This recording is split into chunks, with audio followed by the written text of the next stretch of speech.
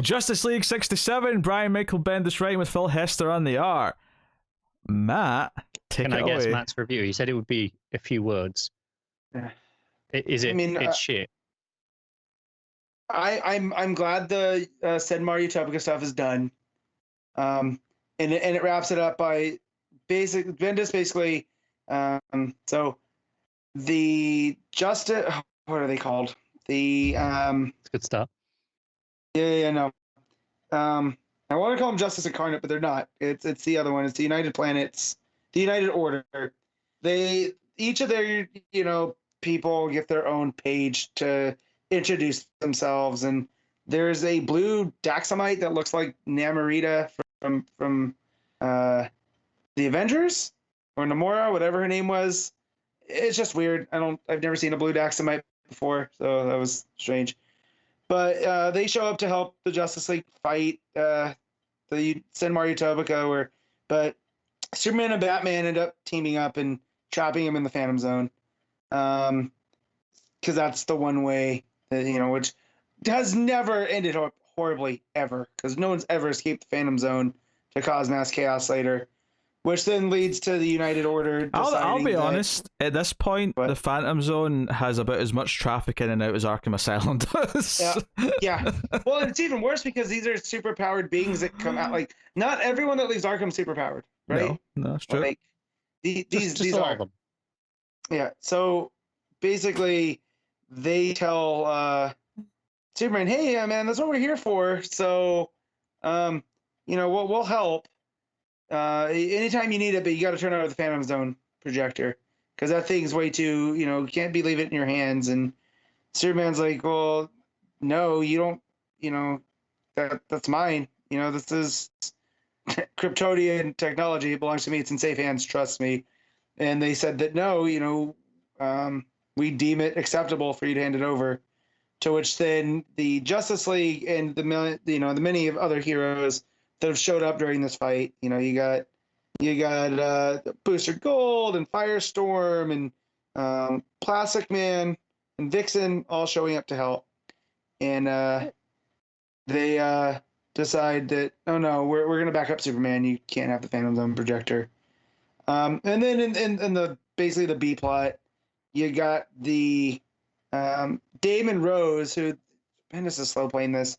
Turns out his name is Leonardo Lane, and he really is the long lost brother of Lois. And he's talking to her, and she's, I don't have time for any of this, So clearly it's going to tie into whatever Checkmate's doing. And then at the end, the person that attacked last time that looked like Deathstroke attacks him again. But now there's multiple of them, like Multiple Man. There's a bunch of Deathstrokes now coming at him out of the back of an armored transport outside of a Coast City truck stop. So I'm glad this stuff's over, and if the solicits are to be believed, the Royal Flush Gang will be a welcome addition. Because again, if I'm gonna keep reading Justice League Dark, I might as well keep reading Justice League. And it'll be the one book that I break my rule. I wonder how he can ruin Royal Flush Gang. They're all compulsive gamblers. Support group. Just like busted, start busting heads. Sinmar's the new member. Sinmar's on the Royal Flush Gang. God, that character sucks so bad. Because at least with Doomsday, there's that existential threat. But the Sinmar Utopica is just this overpowered creature that almost took out the Justice League. It's overpowered, and it's also full of the crap. It's what I always bring up with the Star Wars prequels, all the crap politics stuff. Whereas Doomsday works because he's this force of nature who just keeps moving and never gets. He's this unstoppable force, but he's simple. It's so simple, right? When you try and mix that with politics of where do we send our unstoppable, super powerful being. Right. I don't know. Well, that's the thing though, is that they never even send him. He's rogue. That was from the point he got those powers and decided to launch a preemptive strike on Superman, and it's I don't care for it, and I just feel like I'm falling out with the Bendis stuff, and now that his name is attached to certain things outside of Checkmate, really, I don't care, and that's sad. from where we were with the Superman stuff to now, it's just I feel like the heights are behind us now. So I do like Hester's art, but it's because it's very much of an era, but it doesn't really match what's been going on in Justice League. So it just feels like they brought him in to fill in. But it's a very chunky, blocky style. It does action well. All these members of the United Order get their, like a double page, like intro to really show off what they can do, while they're also Bendis explaining. So like the guy from Thanagar is the Hawk Slayer, and then you have Prince Zerep, which is Perez backwards, which is a fun thing because George Perez created Starfire. And I should say, Prince Zerep is the Tamaranian on the United Order. That makes sense. Yeah. Yeah. So and he's like what would he say? His aunt's or his cousin's third aunt is Coriander, is Starfire. So having a little fun there. So there are some little moments in here. But yeah, ultimately I'm just kind of bored by the Justice League.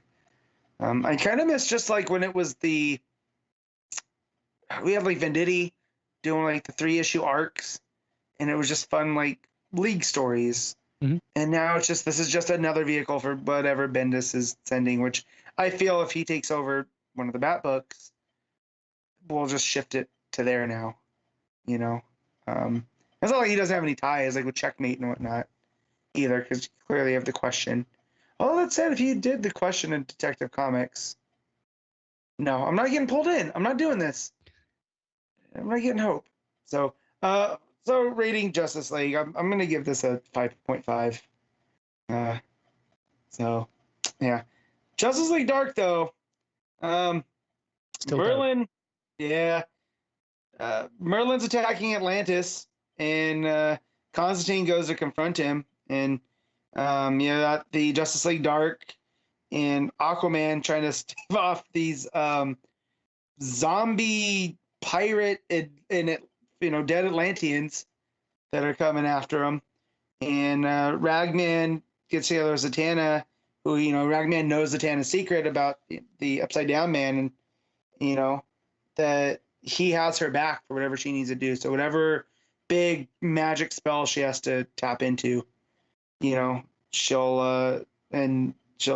back her up. But Aquaman decides that no, I got an answer for this, and he calls a bunch of sharks and orcas in to attack these zombies.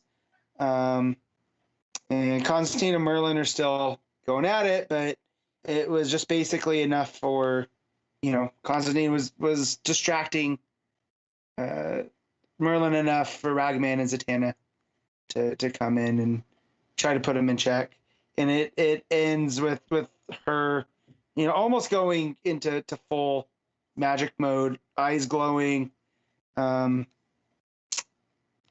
trying to read the backwards word. I think she shows up and yells "crackle and burn," but in Zatanna. Sumit Kumar on the art, so the art looks fantastic. Just the action scenes are a lot of fun. You get Sumit Kumar drawing the demon, which I'm always a fan of. So, and then all the ocean creatures and stuff. Really fun, like half-page spread of Aquaman leading his army of sea creatures. But yeah, so I'll give Justice League Dark an 8.5.